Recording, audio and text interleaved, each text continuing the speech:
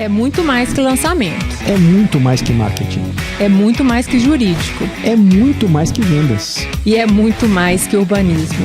A Jornada do Loteamento é o guia completo sobre loteamentos.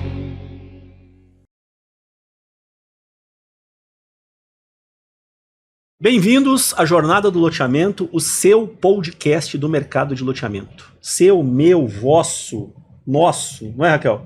Isso aí, Tá motivada, Raquel? Hoje eu tô curiosa, esse episódio agora me deu uma instigação, assim, porque a gente tem uma frase aí de uma mudança importante na vida desse convidado, e não tem jeito, não tem jeito, nós vamos ter que descobrir que mudança é essa.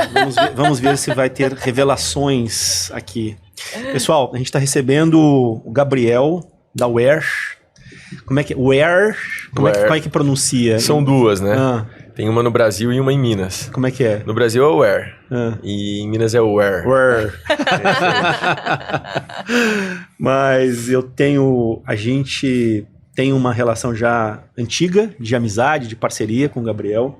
Eu posso dizer que eu vi a Ware praticamente nascer, né? Eu vi lá quando ela estava engatinhando.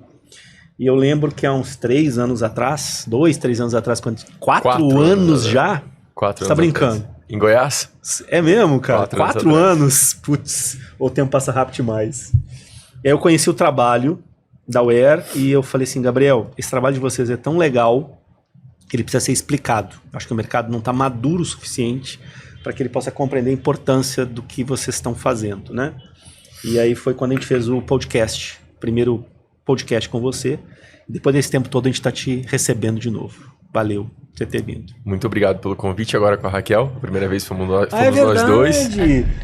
Ainda eu não tinha, como é que se diz, 100% de aproveitamento nos podcasts. Exatamente, a Inquisição não era completa ainda.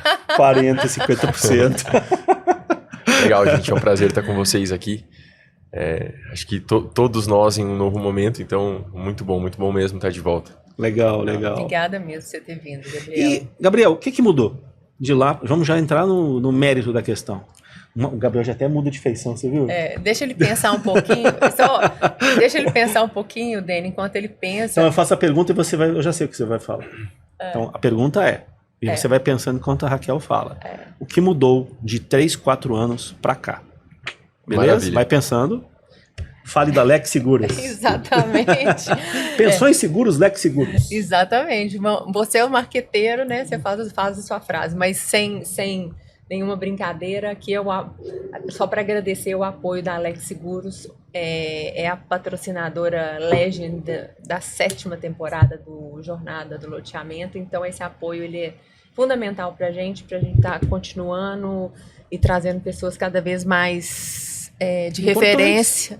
Importantes para o mercado. Para cá. E para quem não conhece o trabalho da Lex Seguros, eu acho que a melhor forma de conhecer é o primeiro episódio da 7ª temporada, que nele a gente não vende a Lex, na verdade a gente fala sobre seguro em loteamento nas várias fases que ele pode ser utilizado e tem muito insight legal lá de otimização, de economia.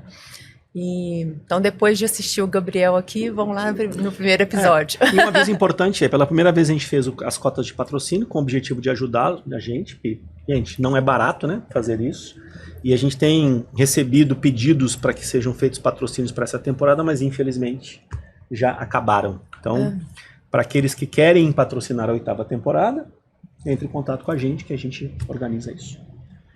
Pensou na resposta? Já estava pronto. Manda. Eu tô sentindo o Gabriel pulsando hoje aqui.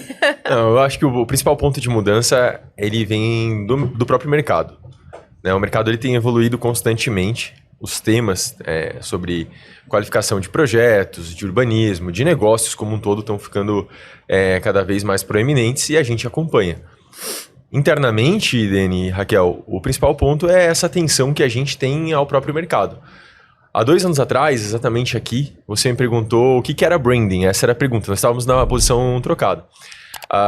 Isso tem um pouco a ver com nossa entrada no mercado, né? Quando nós começamos a Ware há 4 ou 5 anos atrás, nós já fazíamos exatamente o que fazemos hoje, que é o desenvolvimento de produto e o branding, ou seja, a estratégia de marca para auxiliá-los no lançamento, sempre a partir de um grande diagnóstico. A diferença é que essa penetração nossa no mercado, eu lembro muito bem até do primeiro Complan, ela foi através de um posicionamento de consultoria de branding.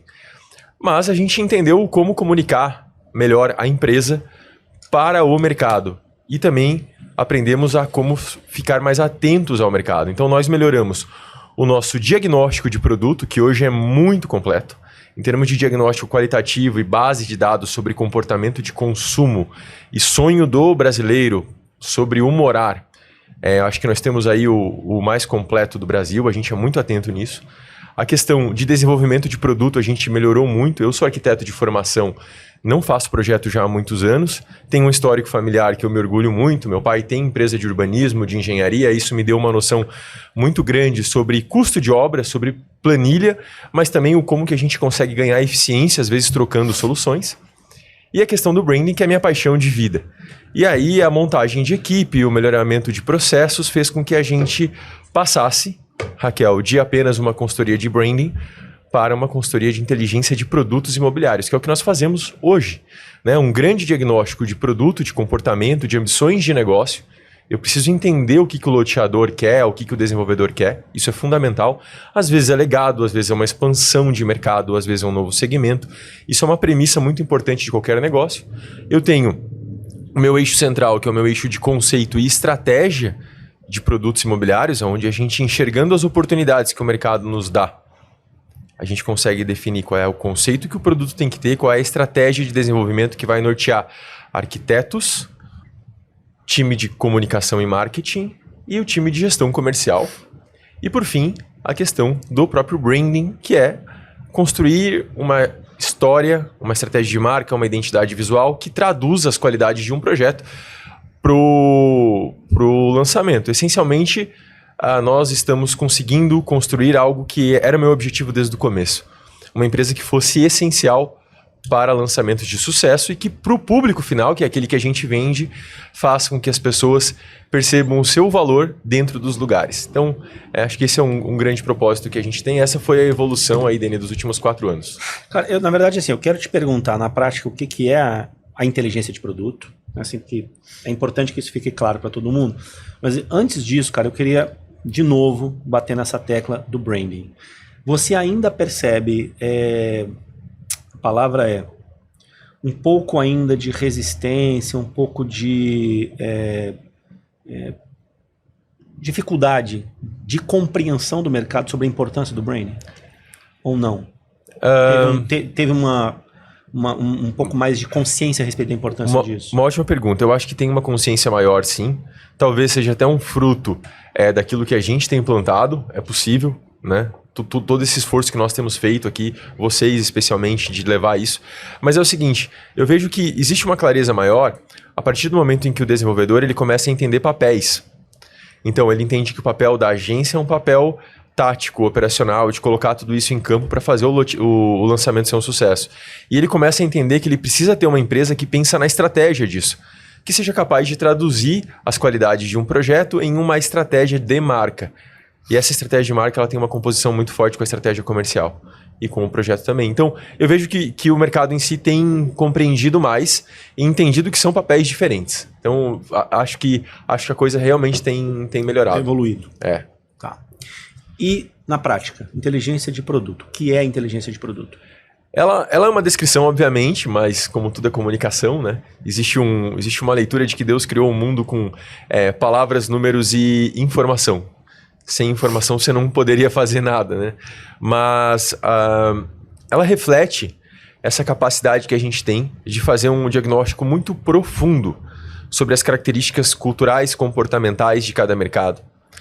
As oportunidades que o território nos dá, tanto do macro, ou seja, da região onde a gente vai implementar, do meso, né, do meu bairro, do meu entorno, e do micro, que é a própria Gleba. A Gleba dá pra gente muitas oportunidades e desafios também que podem ser convertidos em oportunidades, então a gente faz essa leitura. E analisar público, comportamento. Essa análise de público, que tem muito a ver com a inteligência de produto, é você entender, em cada cidade, Raquel, em cada segmento, qual é o sonho de consumo, o sonho de morar, as objeções, os desejos e as tendências locais. que esse público tem, né, que esse mercado tem, para poder desenvolver o produto certo. Quando você vai para o desenvolvimento do produto certo, é você brifar o time de projetistas, seja na fase inicial, Deni, ou na fase já evoluído a ajustar esse produto, a criar um produto que seja realmente coerente e pertinente para aquelas pessoas. Porque se você criou um produto que resolve uma dor na vida de alguém, o teu esforço depois, no momento da venda, é muito menor. É o que a gente costuma falar entre vender vitamina e vender analgésico. Se você entendeu qual é a dor na vida do público, você está vendendo analgésico. Se você está criando um produto sem conversar com o público, você está vendendo vitamínico. E aí não adianta você levar o corretor para a China, para Dubai, para fazer treinamento, porque senão você vai estar apenas treinando o garçom a vender salada para carnívoro, e não é sobre isso. O carnívoro ele tem que entender que na salada também tem sabor, mas você só vai fazer isso quando você escuta as pessoas. Então, eu acho que a inteligência de produto é isso, é saber escutar para conceituar da forma certa e criar a marca certa para vender com menos esforço no final. A gente tem falado muito sobre esse tema ao longo da jornada, né? Assim, sobre essa profundidade na construção dos produtos, né? Dos lugares, né? Vamos falar assim. E eu acho que essa 7ª temporada está sendo muito marcada por isso. Exatamente. Né? Engraçado, né? Coincidentemente, a gente tem cada temporada tem um tema peculiar, e né? a gente não pensa nisso, né, cara? Não, alinhamento dos astros. É orgânico. E eu acho que é o mercado que está pulsando isso também, né? Então, eu acho que o que antes era uma fala, vamos falar para poucos, né? Essa construção de produto, essa pesquisa mais de consumo, né? Da cultura, das pessoas. Isso era, vamos falar, quando a gente acompanha há 20 anos, é muito diferente do que é hoje. E do momento que você teve aqui da primeira vez para agora, é completamente diferente. E eu acho que esse papel que a gente está tendo de colocar na cabeça do empreendedor, pequeno, médio ou grande, de que isso é importante para qualquer um deles, né? Eu acho que é fundamental. E que coincidência, né, Deni, disso está acontecendo e dessa profundidade está sendo observada por todos os segmentos, assim, sabe? E bom demais você falar disso. E aí, bom demais é de mineiro também. O bom demais tipo é de mineiro, né? E, Gabriel, e na prática, vamos lá, o empreendedor, ele entende que a construção de um produto bem feito, de um lugar bem feito, vai gerar uma construção de marca com legado, vai gerar um produto com mais eficiência, né? O marketing vai ter menos trabalho, né? Vai ser uma conjunção, né, de fatores. Mas na prática, quando chega o empreendedor lá com uma gleba, como que começa esse trabalho dessa inteligência? Boa, é uma boa pergunta, Raquel. E a primeira resposta que me vem à cabeça é: cada vez mais que a gente fica experiente, Deni, eu costumo começar um projeto sem achar nada. Então eu não acho nada. Esse é o grande ponto de partida. E essa capilaridade que o mercado nos proporcionou e que isso enriqueceu muito, uma grande curva de aprendizado, né? Hoje são 68 projetos atualizados ontem. 68 projetos em todo o Brasil. Isso faz com que a gente entenda a riqueza e os vários Brasis que existem. E você começa a respeitar mais o começo de cada projeto, Raquel. Esse é o ponto de partida. É chegar sem achar nada, né? Eu estudei arquitetura e urbanismo, eu tive o privilégio, né, de ter um pai que me levou a conhecer o mundo desde os 5 anos de idade. Então eu já vivia essa história de bairro planejado, de feira de obra, de arquitetura, desde muito cedo, antes mesmo de saber o que isso era.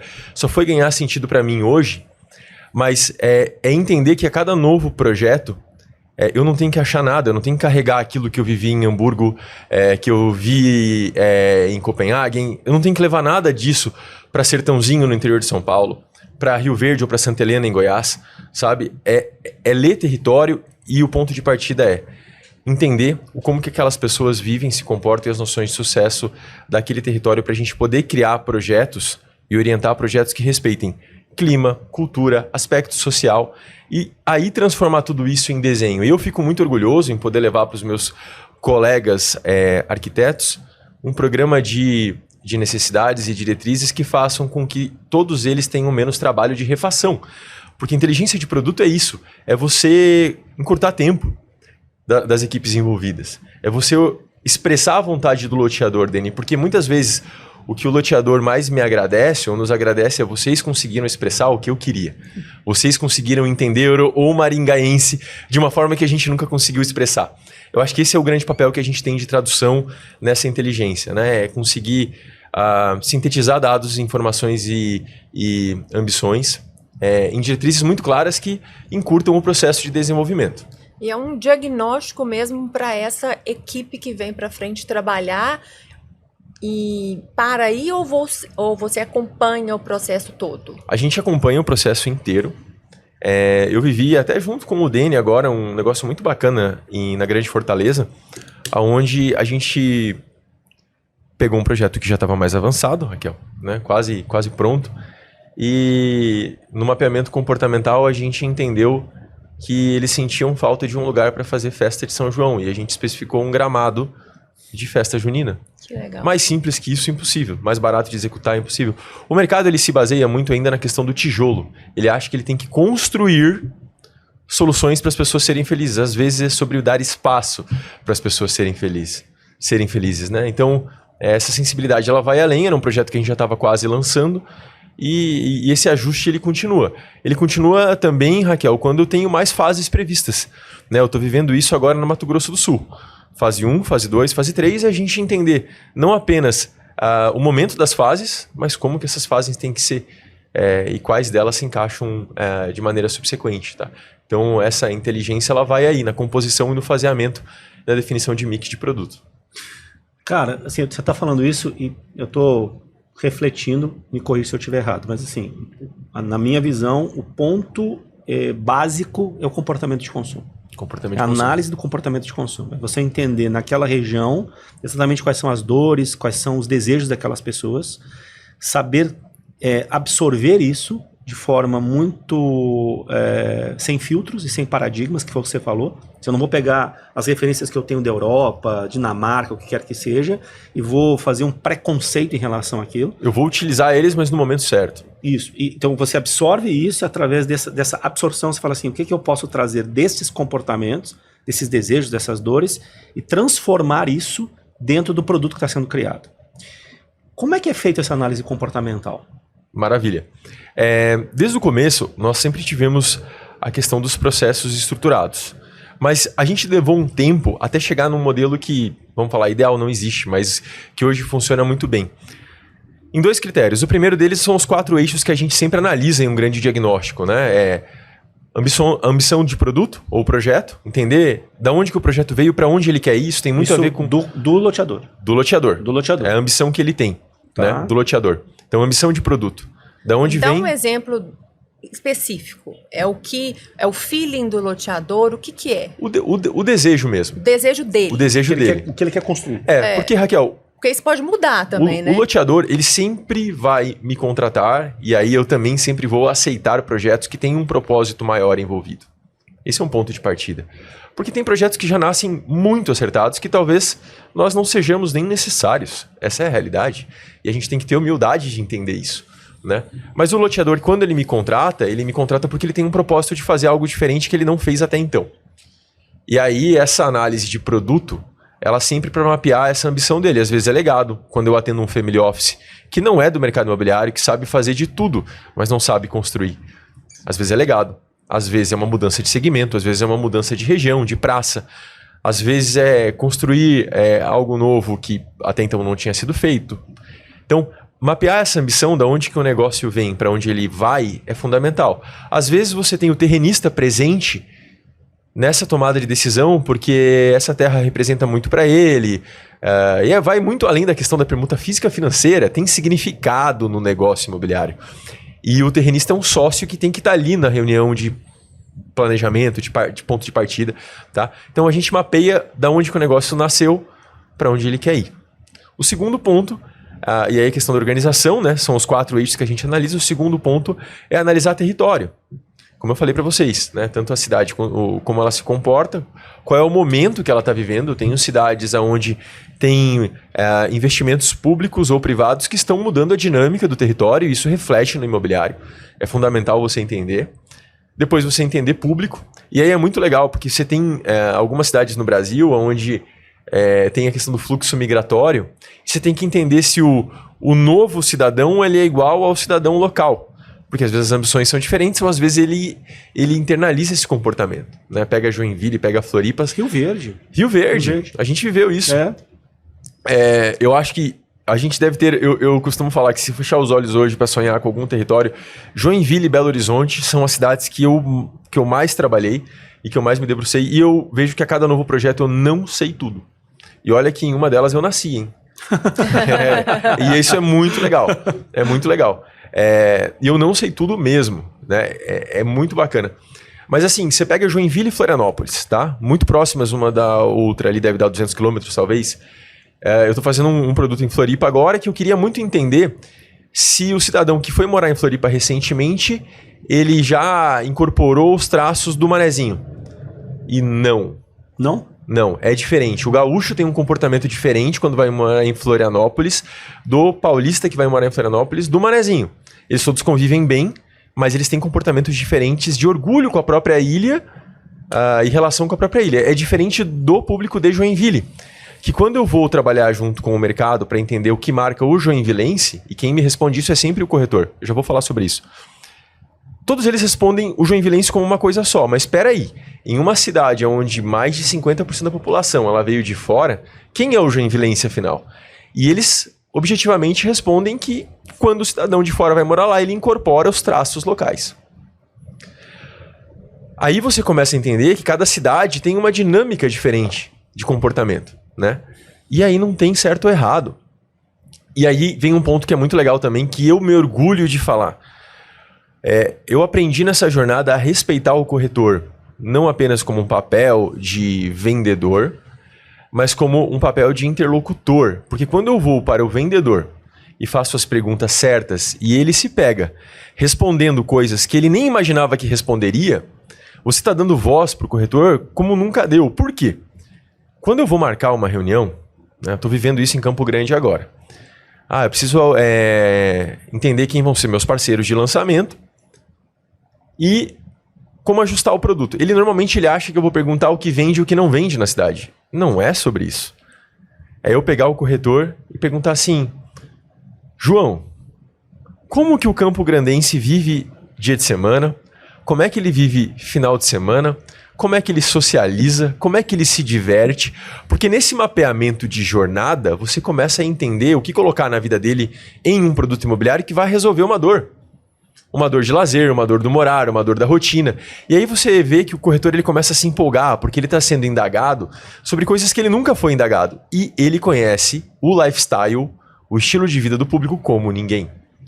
Então, esse diagnóstico, essa estrutura, ela nos ajuda muito a entender. E depois vem questão de mapeamento de mercado, cultura de compra, que muda muito de mercado a mercado. Tem mercado que privilegia muito a história da permuta. Tem mercado onde o público ele quer se sentir, Deni, tendo privilégio. O que é o privilégio? Pode até não ser 100% de verdade, mas se ele sentir que ele recebeu, através das imobiliárias parceiras que trabalham com a gente, uma informação privilegiada, ou seja, de que ele foi o primeiro a saber de um empreendimento, mesmo que não tenha sido, ele gosta de chegar num círculo social aí e poder dar essa carteirada. Isso faz com que as vendas performem. Eu aprendi isso uma vez quando um cliente me contratou no Nordeste e claramente a maior dor dele era a questão da estratégia comercial. E eu não sou um gestor comercial e nem quero ser. Eu admiro demais o trabalho de vocês e quero ajudar muito, por isso que eu amplifiquei esse ponto. Mas eu peguei as 3 horas de voo para ampliar o meu leque de pergunta a respeito da cultura comercial da praça local. Isso ficou no DNA da Aware.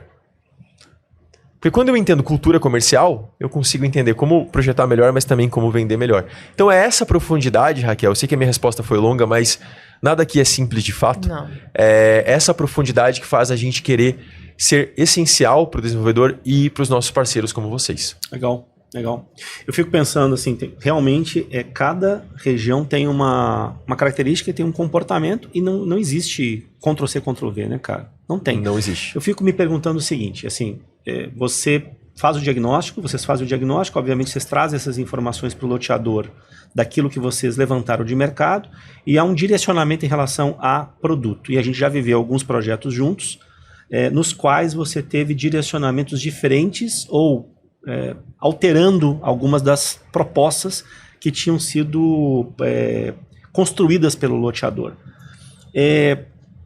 Existe muita resistência por parte do loteador quando há um diagnóstico que está alterando aquilo que era o propósito principal dele? Bom, essa é uma pergunta muito legal. É um desafio? É isso.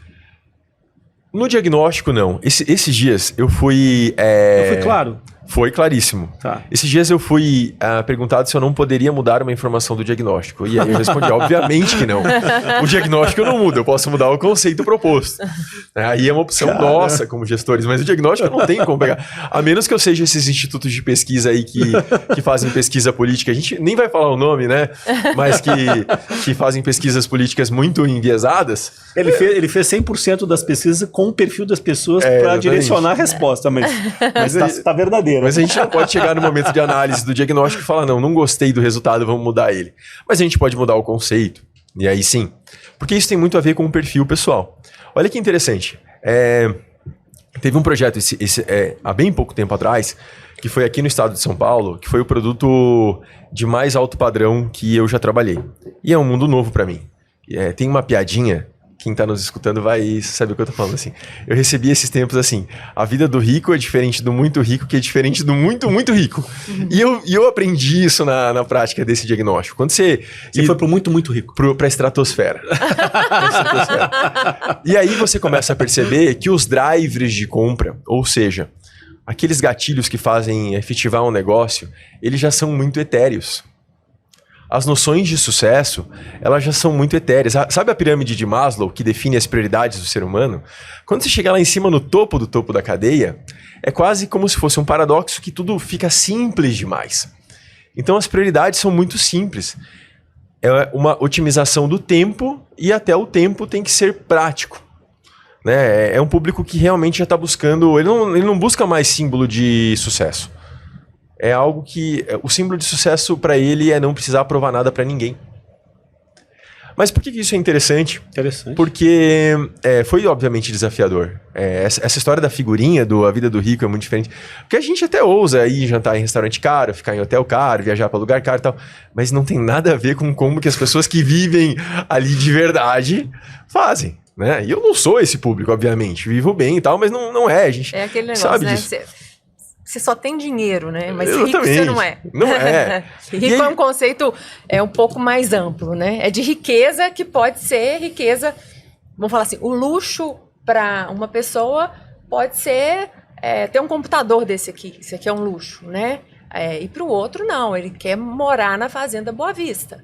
Exatamente. Então, assim, é luxo e lá é luxo também, né? Mas essa riqueza, eu acho que tem variáveis muito grandes. Eu só quero um parênteses pegar um gancho, desculpa, mas eu acho que é para elucidar isso, né? Assim, que eu acho que é importante para a nossa audiência. Cara, assim, a questão é sempre tentar buscar gatilhos que fazem as pessoas se movimentarem pelo processo de compra. Exatamente. No final do dia é isso, né? Assim, e aí e eu acho que, por que eu estou batendo tanto nessa questão do comportamento de consumo? Que no meu ponto de vista, é o que vai responder a tudo isso, né? Só para exemplificar para toda a nossa audiência. Você falou a respeito de que em alguns lugares as pessoas querem serem as primeiras, como se recebessem uma oportunidade. A gente já teve a oportunidade de trabalhar um projeto que, apesar de nós termos desenvolvido todo o material de marketing, nós identificamos que o público precisava disto. O que nós liberamos para as imobiliárias? Uma planta amassada. Naquele formato maior, é o A1, né? De forma que diz assim, cara, nós vamos só privilegiar os primeiros clientes que vocês trouxerem, mas nós não temos material ainda. Cara, nós acabamos vendendo tudo. Tudo. Porque o cara era recebido só com uma planta, ele falou, olha, eu não posso, isso aqui não está aberto ao mercado, não só estou mostrando para você, eu só tenho direito a vender tantas unidades, Você pode escolher aqui, mas na planta você não pode falar com ninguém. Quando você fala que você não pode falar para ninguém, para um corretor, o que acontece? Fala para todo mundo. Né? Acabou que nós vendemos tudo e tivemos que jogar fora o material de marketing. É só um exemplo do que você colocou a respeito disso, de que você tem que buscar o comportamento de consumo do cara que é o triple-A-zaço, que eu tô até querendo saber disso, que é super desafiador, até o cara, digamos assim, mais popular. O mais simples é desafiador igual. Desafiador. Eu acho que o AA é código de conduta, né? Assim, eu acho que o que é? Eu vou até falar para vocês o que nós identificamos aqui, mas eu quero responder muito a tua pergunta sobre a questão da resistência. Foi muito legal, porque nesse diagnóstico a gente sempre analisa os concorrentes. Né? E aí nós analisamos no interior de São Paulo, para esse produto de segunda, terceira moradia, 3 perfis de produtos hoje no mercado. Os produtos que são os produtos mais clássicos e discretos, né? Que realmente para quem busca descrição, uma vida em comunidade, o aspecto social aí é muito importante, tá? E não é selo social, é convivência social mesmo, tá? Pertencimento, e isso é bem legal.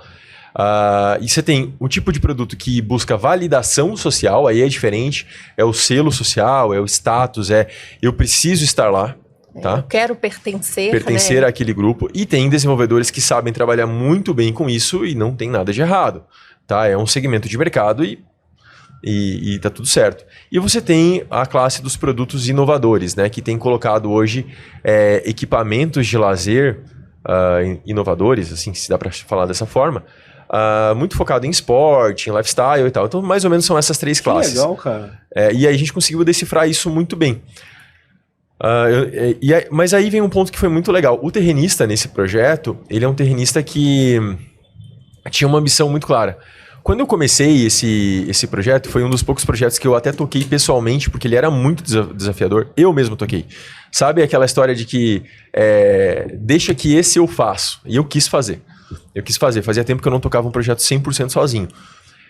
E eu quis fazer, até foi um trabalho em que eu fiz final de semana, assim, aos finais de semana. Porque quando você ama o que você faz final de semana sem sentir, né? E eu realmente me dediquei nele como se eu estivesse pintando um quadro, assim, foi muito legal. Quando começou, eu achei que eu fosse dar bola preta para esse projeto. Porque acontece, tá? Às vezes numa pesquisa qualitativa você pega sinais que fala assim, não, Deni, não vai para frente, cara. E eu sou bem pago para isso, para te dar respostas que sejam compatíveis com a responsabilidade que você me deu. E quando começou, eu falei, cara, não vai dar certo isso aqui, eu vou dar bola preta. À medida que ele foi evoluindo e as peças foram se encaixando, eu pensei, não, de bola preta eu vou jogar na mão dele a responsa, vou dar um diagnóstico não tão positivo. Ao final, esse diagnóstico ele mostrou uma oportunidade muito boa de um conceito em que era um produto que expresse o estilo de vida de algumas pessoas que eu até convivo aqui em São Paulo, que têm uma prática esportiva, que gostam de liberdade e tal, mas que são pessoas que não se encaixam em nenhuma dessas caixinhas. Em que a liberdade para elas é algo que tem a ver com autoexpressão, mas a autoexpressão da simplicidade delas, tá? Veja bem, quando chegou na apresentação do conceito, eu senti que o proprietário ele não se sentiu muito bem com aquilo. Porque talvez o caminho que nós enxergamos a oportunidade não era um caminho que tinha muito a ver com o perfil pessoal dele. Aí eu entendi algo naquela reunião. Quando o produto ele tem tanto a ver com o legado como era aquela situação, talvez você tenha que ajustar um pouco o conceito para que o desenvolvedor se sinta bem. Legal. Porque tinha muito a ver com ele.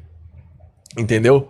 Então, assim, para cenários mais pragmáticos, onde tudo é mercado, ok, ele vai legal. aceitar.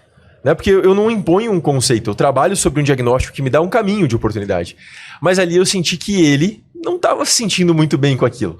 Que talvez ele fosse um pouco mais low profile ainda do que... E aí eu tive que voltar para casa e eu fui muito claro com ele. Falei, me dá um tempo para eu pensar. O como conciliar as tuas opções, o teu estilo como pessoa, com esse produto que você vai desenvolver de qualquer forma. Seja com aware, sem aware. Ele vai fazer. Mas eu quero ajudar ele a fazer. Entendeu? Aí a gente mudou o conceito. Então, às vezes, acontece sim. Tá? De poder ajustar. Isso é sobre pragmatismo. Que legal. E, que legal. E explorando um pouquinho desse público, que eu acho que é um público que gera vários produtos, né? O alto padrão, ele tem especificidades de pessoas, né? E uns o que a pessoa quer é pertencer a uma comunidade em que ela, com certeza, vai fazer negócios correndo. Exatamente. Né? Ela vai fazer negócios correndo. Ela não vai precisar... Ela vai encontrar com as pessoas que ela quer naquele ambiente e que não é qualquer pessoa que vai estar lá, né? E que é gerar exclusividade, mas a exclusividade também para pessoas que não tenham só dinheiro, né? Que elas tenham também, por isso que eu falo, são os códigos de conduta do rico, né? Que, enfim, educação um pouco mais elevada, ela já passou do Rolex para como é que chama aquele outro lá? O Patek Philippe, mas não o Patek Philippe que tá na vitrine. É o exclusivo que é vendido só para alguns, né? É o público que já foi e já tá voltando, né? É o público que não quer mais palmeira, que já quer, como é que bioma local. Ele já entende de certas coisas que são mais simples, mas que traduzem mais qualidade. Então, como que colocar na cabeça do desenvolvedor, e muitas vezes eu vou falar assim, desse público que eu acho que é o mais alto padrão, assim, que é o mais difícil de acessar, porque você tem que ter percepções muito específicas, que muitas vezes não tem a ver com obra, né? Sim. Com a obra do produto. Como acessar e como trazer esse público ao desejo de morar ali, né? Primeiro você identificou esse público, você identificou essa demanda. Estou entendendo que nesse produto aí é um produto desse perfil, de um público muito exclusivo, e que ele precisa sentir que ele está num produto exclusivo, né? Que ele vai... talvez ele não vai se deparar com uma Ferrari vermelha, né? Eu acho ele não quer isso. Ele não quer isso. E como atrair, que peças colocar num produto desse de ativações, enfim, como dar essa exclusividade a esse público? Raquel, é uma ótima pergunta, e eu não tenho vergonha nenhuma, Deni, de falar o quanto eu tenho aprendido e que o nosso negócio é só sobre aprender.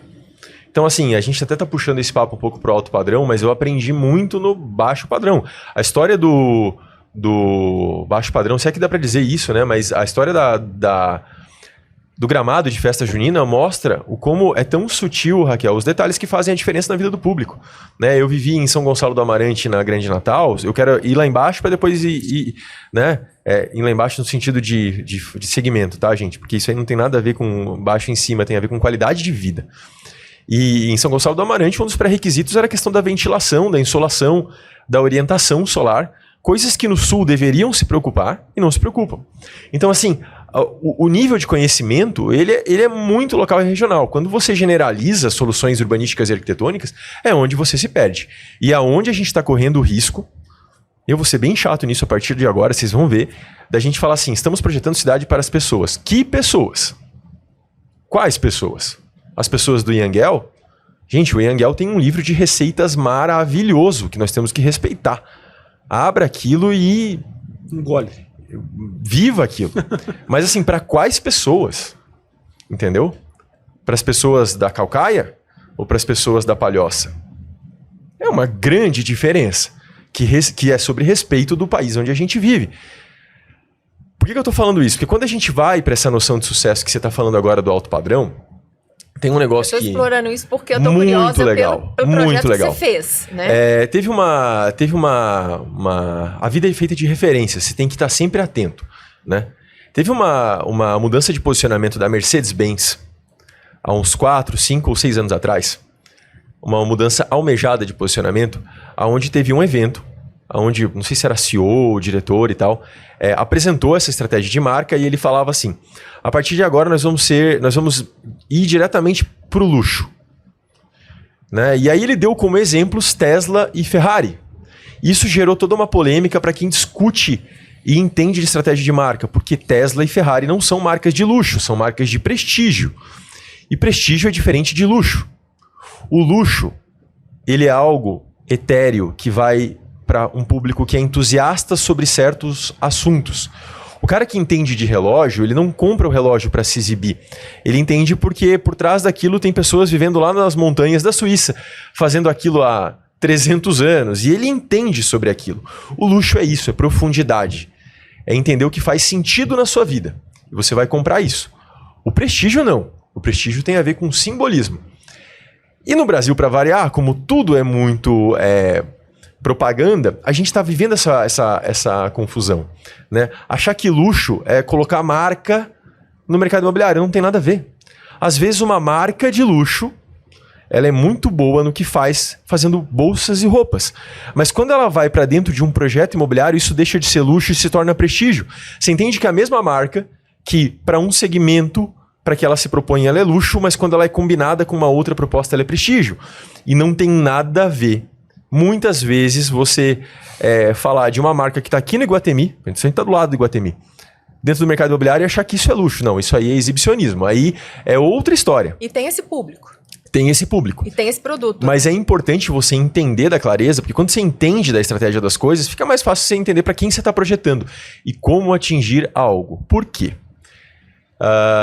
Eu estou fazendo um curso, eu sou professor no Secov, inclusive hoje é a minha aula sobre branding, né, no Secov São Paulo.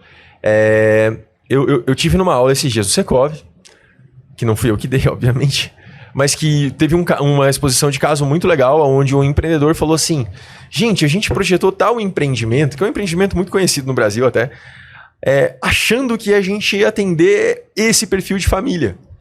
E quando a gente viu, a gente não atendeu esse perfil, a gente atendeu um público do interior que está comprando São Paulo hoje. Esse é um fenômeno que está acontecendo e tal. E assim, poxa, é muito difícil de entender quais são os drivers de compra. Por que o público que nós achamos que ia comprar o nosso produto, ele está investindo num apartamento da Lindenberg de 40 anos do lado do Clube Pinheiros e não comprou o nosso? A resposta é muito simples. Porque por mais que vocês tenham trazido uma ótima arquitetura, vocês não escutaram esse público. E o produto, ele é uma Lamborghini amarela, que para quem ama carro, pode ser um prato cheio.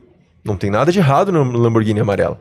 Mas talvez o público que vocês quisessem atingir é o público que vai comprar simplesmente um Audi blindado. Eu estou regionalizando muito para São Paulo, não queria fazer isso, mas existem critérios de qualidade e descrição que às vezes falam muito mais alto do que apenas você gritar marca.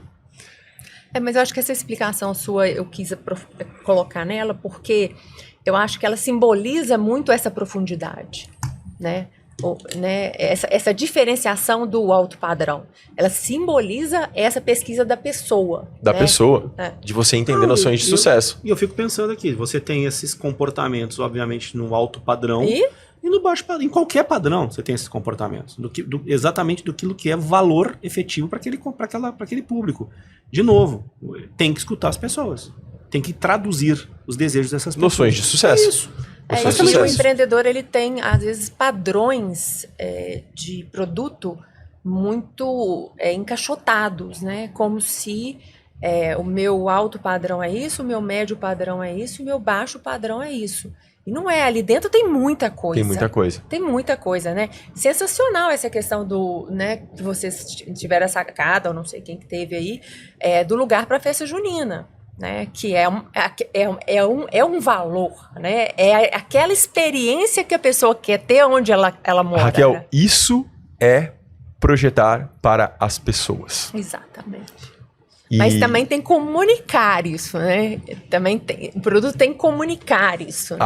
Aí volta um pouco a pergunta que o Deni me fez lá no começo sobre o que é inteligência de produto, né? Hoje, isso não tem nada a ver com definição de marca, tá? Hoje eu falo pro pessoal lá no escritório que o nosso escritório é um estúdio de P&D do mercado imobiliário. Eu gosto de ter na minha cabeça essa imagem. O que é P&D? Pesquisa e desenvolvimento. Toda indústria tem um departamento de pesquisa e desenvolvimento.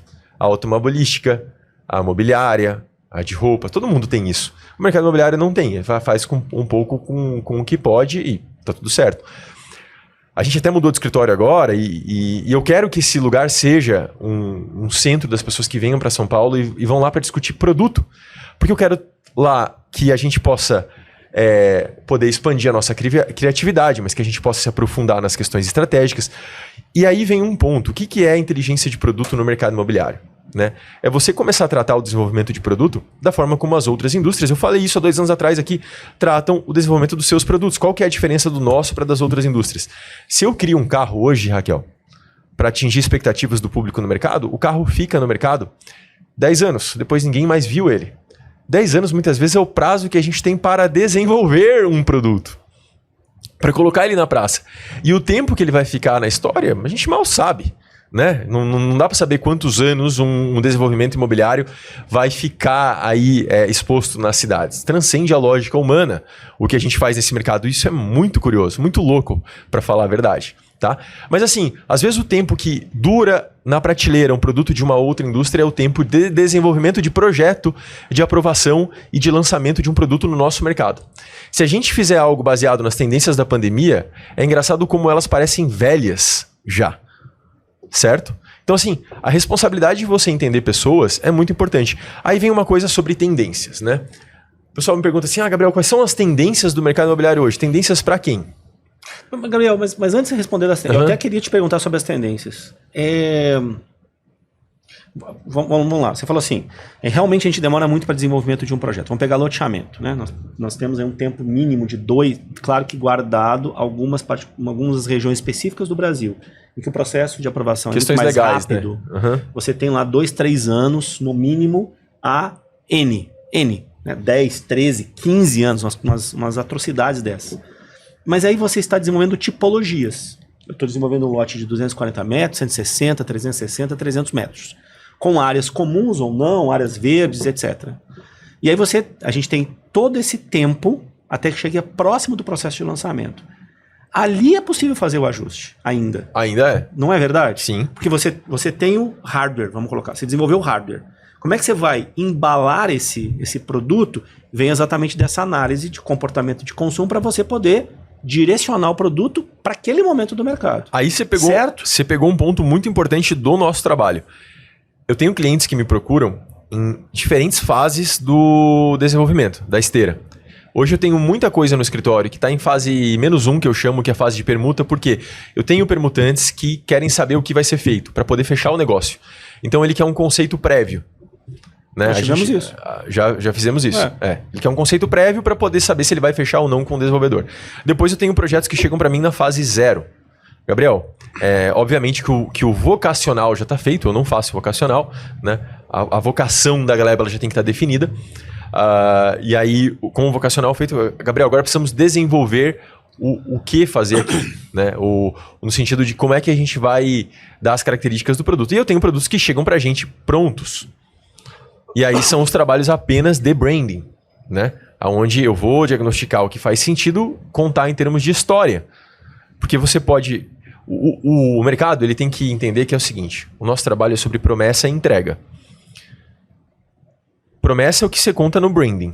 Entrega é o que você oferece em termos de experiência. Olhar para o futuro sempre é muito gostoso. O futuro é o que faz a gente acordar. Eu falo isso. Né? Você tem que simplificar a visão de futuro. O futuro é o que faz uma nação caminhar. A gente vive o que está vivendo hoje no Brasil, essa confusão toda aí, de falta de foco, porque o futuro está pouco claro. Né? A gente perdeu a capacidade de visualizar futuro. A tendência, falar de tendência é falar de futuro. Né? Eu sou um apaixonado por isso.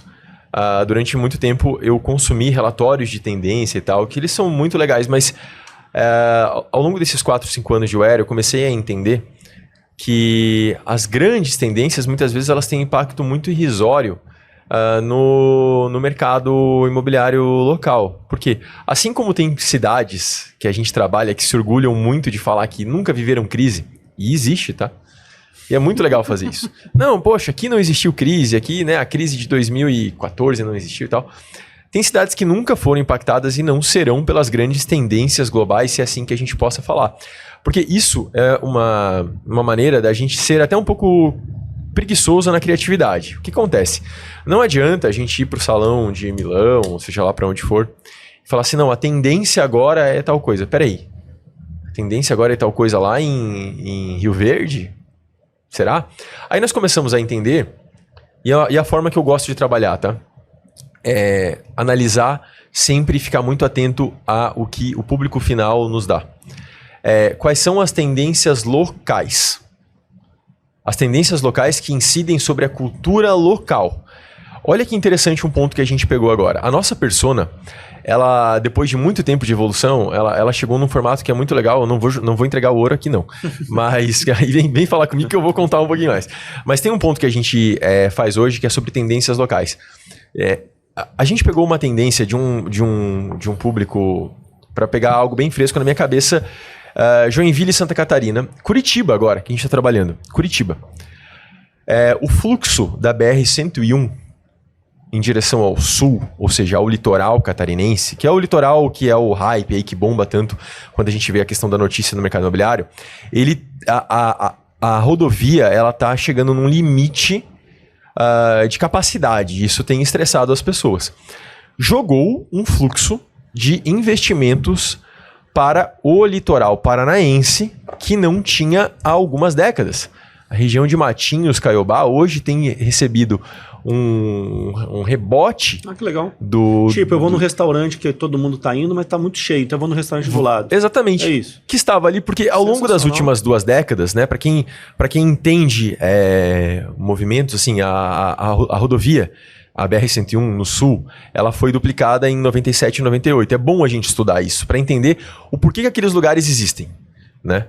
E aí, o boom de Balneário Camboriú e toda aquela região, ela se dá em razão da duplicação da rodovia aí há 27, 28 anos atrás. Fundamental entender isso, as coisas não acontecem à toa, né? Só que tudo isso hoje começa a colapsar em termos de movimento, e aí as pessoas começam a buscar alternativas. Estava falando de Joinville e Curitiba, né? Uma micro-região. A região do litoral paranaense, que ficou escanteada ao longo das últimas décadas porque ficou muito fácil ir para o litoral catarinense, ela começou a receber de novo uma atenção hoje porque é mais fácil. E no fundo, tudo isso é sobre praticidade. Essa é uma palavra-chave no mercado imobiliário. Praticidade de acesso, né? Às vezes não é nem quantos quilômetros você tem para percorrer, é o tempo que você tem para percorrer. Tá? Isso é chave. Então jogou sem querer um fluxo para o litoral paranaense. Aí tem hoje a ponte da Baía de Guaratuba que está sendo feita e tal. E aí você pega um diagnóstico de Joinville de médio e alto padrão, que é um público tradicionalmente itinerante, porque ali tudo é muito perto, e o catarinense é assim, o catarinense é itinerante. Ele sai da sua cidade para ir almoçar em outra, independente da região do estado, ele faz isso. É uma característica do catarinense. O joinvilense hoje está começando a buscar alternativas de lazer em Joinville, porque virou perrengue chique, sabe o perrengue chique? Virou perrengue chique você pegar a rodovia para sair aos finais de semana e feriados para buscar o litoral. Então a cidade está começando a ter que absorver essa demanda por lazer e entretenimento. Vejam como as tendências são locais. E isso é muito importante de você observar, né? A mesma coisa você observa no Ceará, no litoral do Ceará, a mesma coisa você observa no interior de Minas, né? Nos produtos de segunda moradia no interior de Minas. Então, essas tendências de estilo de vida, elas impactam muito cada lugar.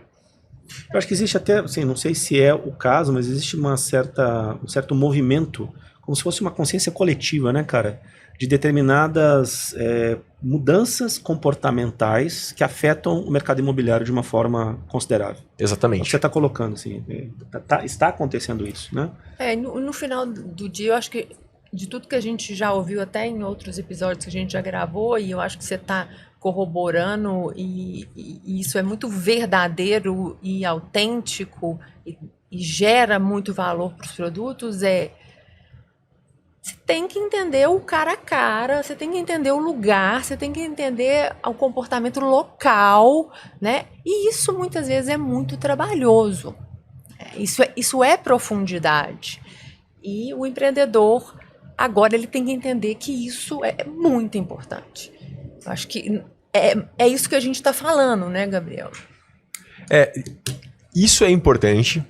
E eu tenho refletido muito sobre a questão da tecnologia nesse processo, né? Nós estamos implementando... Colocando uma camada a mais. Uma camada a mais. Nós estamos implementando uma IA própria da Aware. É óbvio que nós já estamos utilizando a inteligência artificial para acelerar o processo de diagnóstico, mas eu desenhei, e eu gosto muito de desenhar à mão. Todas as minhas ideias, elas saem primeiro no papel, não faço nada no computador, nem quando eu era arquiteto. Eu fazia no computador. Sempre gostei da mão, porque a mão ela te dá espaço para poder pensar. Né? Tem aquela história assim, se você está com um problema, a primeira coisa, escreva ele. E aí você consegue começar a resolver ele. E aí, a gente tá passando por uma mudança nesse ponto. Porque assim, você ser profundo é desafiador, Raquel. Né? E aí vem questões de negócio, você tem que equilibrar tempo, receita e tudo mais. Mas hoje o nosso processo ele se divide assim. Eu tenho a primeira ponta que ela é humana, que é essa interação que a gente faz junto com o mercado, né? Eu mesmo responder sozinho um questionário sobre o que eu vi, o que eu senti e o que eu vivi, que eu chamo de dimensões do lugar.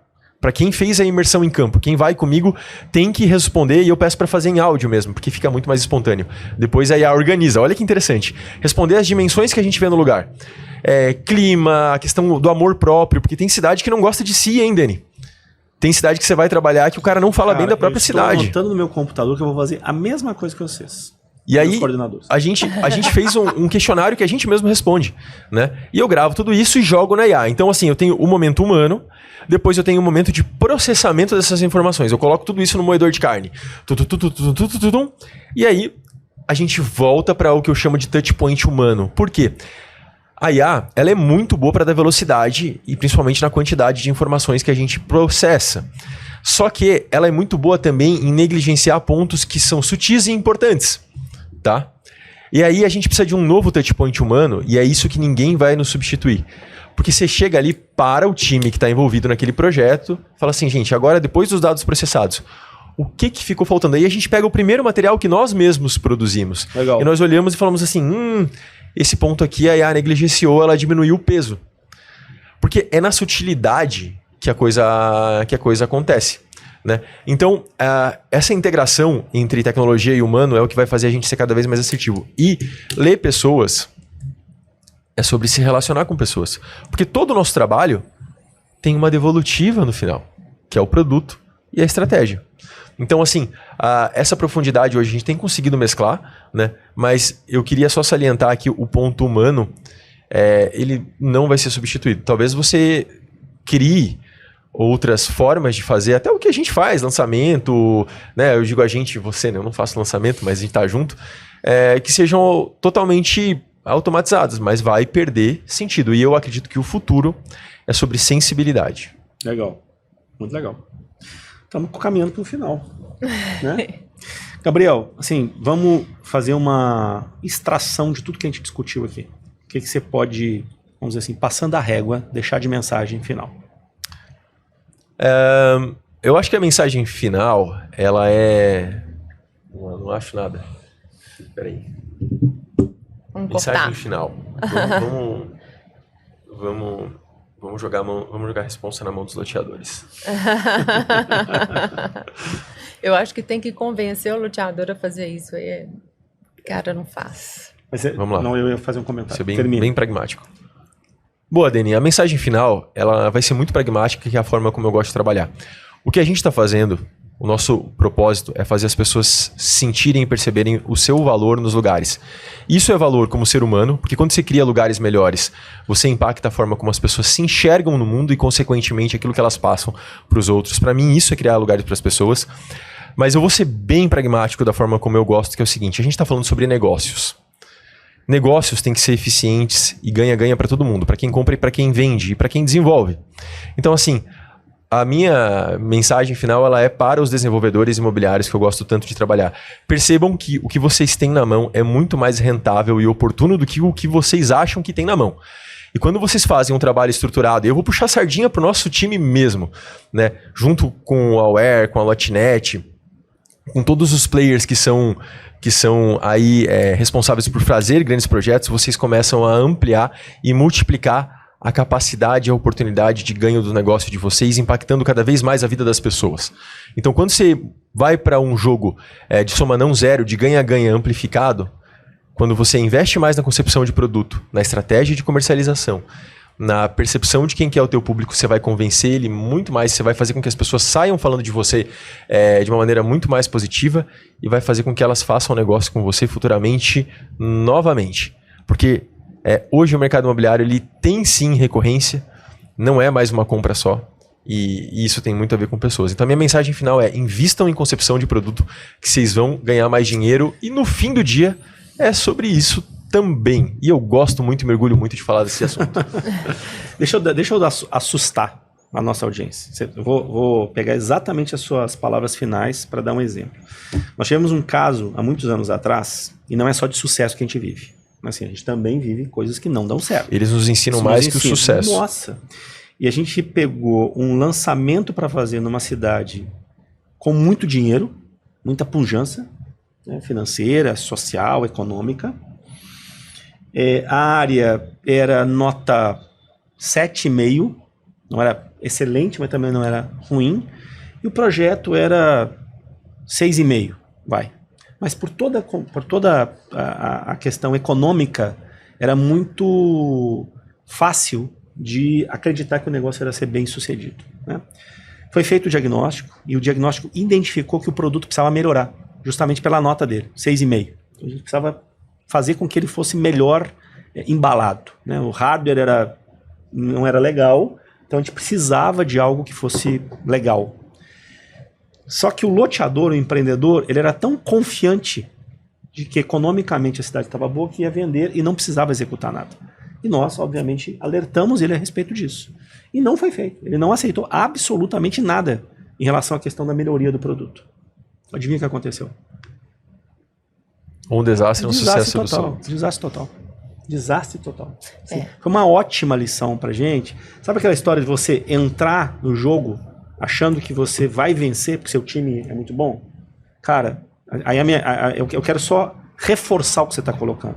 Não existe time que entra em campo para jogar e já venceu. Você tem que fazer o dever de casa. E o dever de casa requer que você tenha com você profissionais competentes para te ajudar nesse processo. E é para otimizar, né, Gabriel? Assim, para você ter uma performance ainda melhor daquilo que poderia ser. Exatamente. Né? E além do mercado, né, tá melhor e tá mais competitivo, eu acho que também tem que ter um sonho aí, eu acho que é um propósito, né? Acho que a palavra mais correta é essa, um propósito do desenvolvedor urbano de construir o país melhor, né? A gente talvez seja um dos grandes países ainda a ser desenvolvidos do ponto de vista urbano, né? Então, nós temos uma página em branco. E é a gente que vai fazer isso. E o propósito pode ser criar cidades melhores ou ganhar dinheiro. Não tem nada Junto.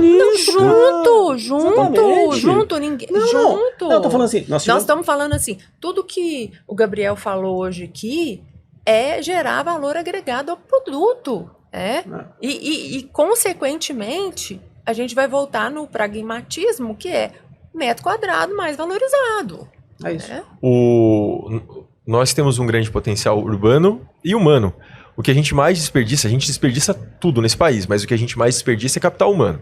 Né? À medida que a gente negligencia a educação das pessoas, a gente negligencia capital humano. E todos nós estaríamos ganhando muito mais se as pessoas tivessem mais educação. Agora, tem um ponto que é muito importante, é o quanto a gente consegue impactar nisso. E aí, olhando para o futuro, eu quero até terminar falando sobre esse assunto. Apesar desse caos que a gente vive, eu sou muito otimista pelo futuro, porque tudo tem um colapso. E no fim do dia, o bom senso sempre vence qualquer colapso. Em todas as crises da história, o bom senso sempre venceu. E vai ser igual. E a gente está num momento de transição. Então, assim, é fundamental que a gente se posicione e comece a buscar esse propósito que a Raquel falou. Né? Esses motivos além do lucro. Além dele. Não é ao invés dele. Né? Além dele. Então, legal. Acho que esse é o ponto aí. Show de bola. Muito bom, gente. Bom. Então, curtam, compartilhem, comentem. Né? Eu sou a moça do curte, compartilhe e comente agora, né? Mas falo isso com muita razão, eu acho, porque a gente precisa que esse conteúdo ele tenha maior alcance, né? E esse é o nosso propósito. Bom, quero agradecer esse momento mais uma vez. Eu espero que daqui a 2 anos a gente volte mais forte. 2 anos, hein? 2 anos. Tem que gerar escassez, você sabe como que é isso. Boa. É dele, essa é dele. Né? A gente voltar daqui a 2 anos com histórias mais felizes e tudo evoluindo. E quero deixar a minha rede social. Hoje eu estou fazendo um trabalho de divulgar um pouco essa rotina Brasil afora. Eu acho que é a mensagem que eu posso passar. Criei um Instagram para isso, com esse foco, que é Gabriel _ é aquele tracinho baixo, Where. Where é WHERE. Gabriel_Ware, esse é o meu perfil, @, né? Gabriel_Ware. Show de bola. E a gente passa um pouquinho daquilo que a gente vive na rotina dos projetos, a convivência com os desenvolvedores, do que pode ser mostrado, óbvio, que tá em sigilo a gente não mostra. Legal. Maravilha. Gente, é isso, foi muito legal. Muito legal. Gabriel, Parabéns, obrigado. Muito obrigada Valeu, por demais. mais uma vez estar com a gente aqui. Foi muito rico essa evolução, né? Eu acho que tá todo mundo evoluindo, né? Nós todos estamos. Não, cara, assim, eu lembro que eu era moleque, ainda começando minha vida profissional, e aí eu não sei qual foi o comentário que eu fiz com um cara mais velho a respeito das minhas inseguranças em relação ao futuro. E eu sempre guardei isso, cara. Ele falou pra mim assim, cara, um menino como você, que trabalha loucamente, que tá interessado em aprender, se desenvolver, rapaz, fica tranquilo, seu futuro tá garantido. Cara, eu tenho certeza que daqui a 2 anos a gente vai contar várias histórias legais. Né? Assim, porque a gente levanta cedo, a gente trabalha o dia inteiro, a gente é apaixonado pelo que a gente faz, não é? A gente é louco por isso, a gente não consegue falar de outra coisa, né, cara? Então, assim, qual que é a consequência disso? Cara, não é que é sucesso financeiro, né? Mas a questão da contribuição que a gente dá pro mercado, acho que é isso. E, Dani, eu fico muito tranquilo, porque às vezes nos momentos de insegurança, não dá pra ler muita notícia, mas a gente sempre tem que lembrar que a gente tem um despachante celestial muito grande, muito legal. abrindo os caminhos para quem acredita. Sem dúvida. E a gente tem amigos, assim, muitas vezes a gente bate papo, né, nos bastidores, né? Você me liga, eu ligo, a gente liga pra Raquel liga pra... Então a gente tem um grupo que, enfim, tem os mesmos propósitos, e eu tenho certeza que a gente continuará juntos nessa caminhada. Exatamente. Inclusive, você foi uma das primeiras pessoas que eu liguei em momentos importantes de decisão. E muito obrigado por isso, meu amigo. Muito obrigado mesmo. # tamo junto. Valeu, gente. Obrigado. Valeu. Aí, Um abraço. Até a próxima. É muito mais que lançamento. É muito mais que marketing. É muito mais que jurídico. É muito mais que vendas. E é muito mais que urbanismo. A jornada do loteamento é o guia completo sobre loteamentos.